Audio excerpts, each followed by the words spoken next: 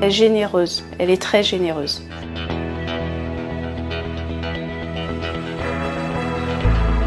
Charitable.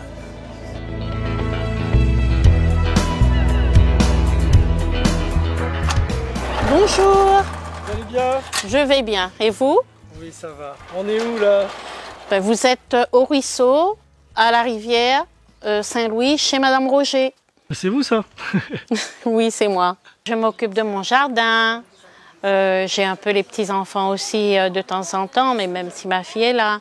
Et surtout, je donne de mon temps à l'Oriapa en tant que bénévole pour la broderie, le patchwork, pour les récits longtemps aussi. Je vous emmène, on passe de ce côté. Alors je plante un peu de tout dans mon jardin. C'est peut-être un petit fouillis, mais il y a des papayers, il y a du manioc, il y a des bananiers.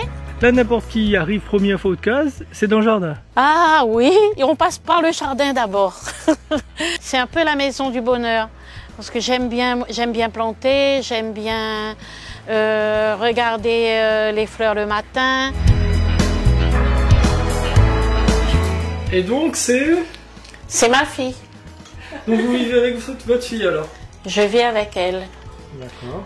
Depuis que j'ai été malade, avec le chikungunya. Le principal, en fait, c'est de trouver l'équilibre. Nos anciens grands-parents, ils faisaient comment? Tout le monde vivait ensemble.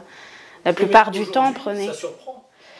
Ben, ça surprend peut-être par un manque de tolérance, parce que c'est vrai que c'est peut-être pas évident de vivre avec quelqu'un. Même en couple, on a des difficultés. Donc après, sa mère, il faut voir quand même que c'est elle qui a pris soin de nous. Moi, j'ai été sensible à ça, le fait qu'elle m'ait tout donné, en fait. Venez, on monte, hein. Oui. Beaucoup de religion, Ah oui, vous savez, c'est ce qui m'a sauvée, la foi. Parce que je suis l'aînée de 7 enfants. Et vous savez, de mon temps, les parents n'étaient pas gentils et j'ai été rejetée par mon père et par ma mère à ma naissance. Donc, j'ai trouvé quelqu'un qui pouvait m'aider. Et elle m'a fait comprendre que j'avais Marie et Dieu dans ma vie. Donc depuis, voilà. Ils vous accompagnent. Oui. Et ils accompagnent les petits-enfants. Alors j'ai un cadre ici où il y a mes petits. Et il y en a combien de petits-enfants? J'ai 8. J'entendais beaucoup de mamies dire, moi j'ai dit à ma fille, si elle a envie de me voir, qu'elle vienne dans la semaine, mais le dimanche, je suis toujours partie. Je leur ai dit, mais vous ne ressemblez pas à ma grand-mère. Pourquoi? J'ai dit parce que les grands-mères s'aiment bien recevoir les petits-enfants, passer la journée du dimanche avec l'enfant et les petits-enfants. Des mamies m'ont répondu, ça c'est la mode d'avant, maintenant c'est plus la mode, nous on va danser. Moi je trouve qu'il y a un temps pour promener, un temps pour chouchouter ses enfants, et c'est tout. Il y a quelqu'un. Entrez. Bonjour Janine. Bonjour Jeannette. Bonjour. Bonjour Jean-Louis. Alors, c'est qui ces gens? C'est Jean-Louis. Jean-Louis. Oui, c'est qui c'est Jean? C'est Jean-Louis, oui. Jean-Louis de l'Oriapa. Ah, voilà, c'est l'Oriapa. C'est l'Oriapa. C'est quoi l'Oriapa? Les gens savent pas, c'est quoi? Non, mais c'est l'organisme qui s'occupe des personnes âgées. D'accord. Mais tu crois que c'était de camarades, moi? Ça devient des camarades, ça devient même des amis. Parce que c'est un peu comme une famille, l'Oriapa. Ouais. Jeannette est responsable, c'est elle qui s'occupe de tous les dossiers pour les personnes âgées. S'il y a une personne qui n'est pas bien, qu'elle a su, qui a besoin d'aide, donc elle prend en charge la personne, elle s'occupe des papiers pour la personne qui n'est pas capable de s'occuper elle-même. On va manger, parce qu'après, le taxi vient me chercher, tu sais qu'il faut que je monte à l'école 3 mois.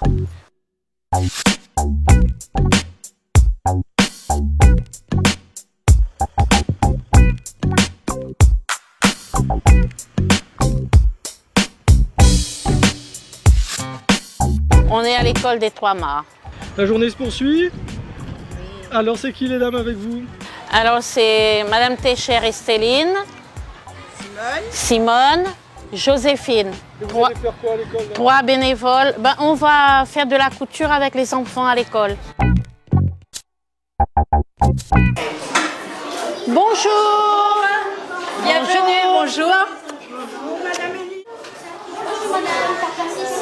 Oui. L'institutrice voulait faire des petits torchons, des petites maniques, parce qu'on ne pourra pas faire autre chose, le temps est trop court. Et comme vous voyez, on a même des garçons qui coupent bien. Hein? Dans les écoles, je leur dis, je leur explique comment je vivais, comment j'allais à l'école, ce qu'on mangeait, tout ce qu'on faisait avant d'aller à l'école, parce qu'avant d'aller à l'école, il y avait les corvées, comme disaient les parents. Il fallait chercher de l'eau à la fontaine, il fallait balayer la cour. Après, on se préparait pour y aller à l'école. Et ils vous croient les enfants ou ils disent ah c'est pas vrai? Alors, souvent ils disent c'est pas possible. Au niveau de notre passeport culturel, eh bien, grâce à l'Oriapa que j'ai pu connaître à travers ça justement, eh bien, on a pu avoir des personnes très dévouées qui ont du savoir à transmettre.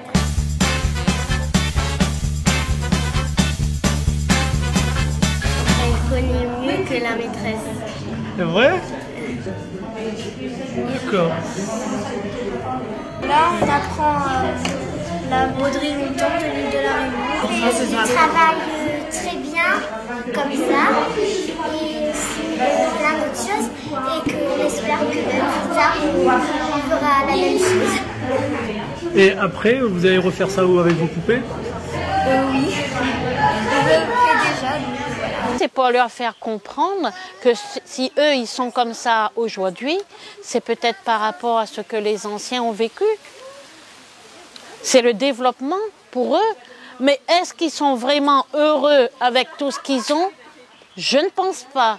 Janine n'en a un seul, mais il y en a beaucoup de bénévoles qui ressemblent. Pour un commun, déjà, dans la tristesse, dans le malheur, il y en a toujours un sourire. Janine, elle a le diabète par exemple, elle n'est pas marquée sur son front. Nous avons des bénévoles au sein de l'Oriapa qui font dialyse 3 fois par semaine, qui sont là, qui sont cancéreux, rien à dire. Donc nous, c'est une leçon d'humilité et c'est, comment dire ça, c'est la joie de donner aux autres et puis de ne pas se plaindre. Super. C'est bon, c'est la cloche.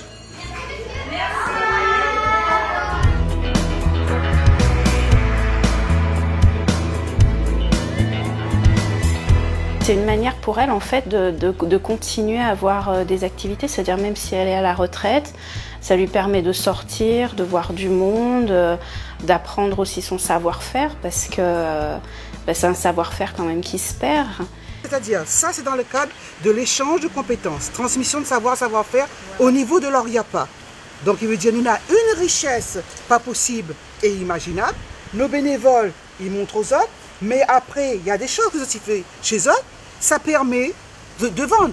Moi si quelqu'un, quand il fait l'exposition, me dit Jeannette, ça elle est jolie, qui l'a fait, il me dit voilà, c'est le numéro de Janine, il m'appelle Janine. J'espère moi que vous aurez l'occasion dans quelques années, de continuer à faire ce genre de reportage et de trouver toujours une mamie qui aime bien les enfants, qui s'occupe de ses petits-enfants et qui partage ce qu'elle sait faire. Donc il faut qu'elle continue le plus longtemps possible. Tant que ça sera possible, elle continuera. C'est bien que les élus ils prennent conscience qu'il faut ces gens comme Janine, les bénévoles et tout ça, dans le cadre intergénérationnel.